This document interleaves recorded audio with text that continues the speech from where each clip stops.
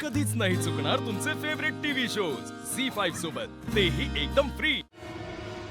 परत इंग्लिशचं नोटबुक राहून गेलं ना, बॅग जरा नीट चेक करत जा। चल निघायचं।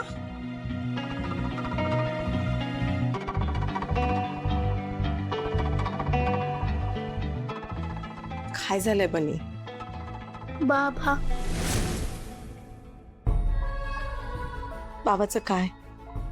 तुझं आणि बाबाचं खूप मोठं भांडण झालं ना, मला माहितीये। बनी, तू ह्या सगळ्यात पडायचं नाही। लहान आहेस की नाही तू?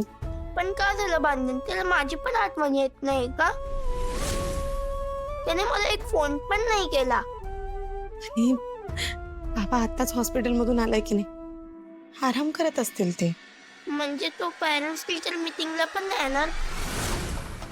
मग चिन्मय सोबत कोण येणार आहे? मला नाही माहिती सर। तुला माहितीये पण तू सांगत नाहीयेस।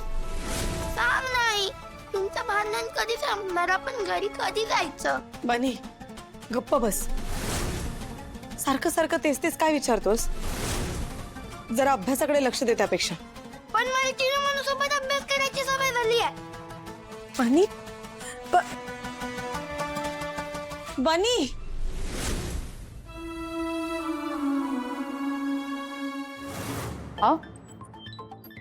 औषधं घेतली तुम्ही? नक्की ना? विसरताय हल्ली म्हणून विचारतीये। आई अहो घेतलीत त्यांनी औषधं, मी स्वतःच दिली आहे त्यांना। असं तोंड काढून बसायला काय झालं? काय हो? अहो आकाशची काळजी वाटते। त्याची कशाला आता काळजी करताय? आलाय ना तो घरी। ती बया पण नाहीये घरामध्ये। मला तर वाटतं इथून पुढे सगळं छान होणार आहे आधीसारखं। हे सगळं एवढं हलक्यात घेऊ नकोस जयश्री। आकाश चेहऱ्यावर दाखवत नसला तर त्याला कठीण जाणार आहे सगळं। आत्ता कुठे त्याचा एकटेपणा कमी व्हायला लागलेला। वाटलेलं आकाश आणि वसुंधरा अशीच एकमेकांना साथ देतील, कसलं काय नशीब आता तरी डोळे उघडले तुमचे। नाहीतर त्या बाईला डोक्यावर घेऊन नाचणं शिल्लक ठेवलं होतं। सगळे आंधळे झाले होते तिच्या पायी। माझा काही विश्वास बसत नव्हता तिच्यावर।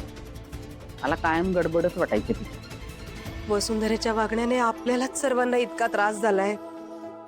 भाऊजींचं काय झालं असेल? मला तर विचार पण करवत नाहीये बाबा। जाऊ दे। झी5 ॲप डाउनलोड करा आणि पहा सर्व एपिसोड्स एकदम फ्री।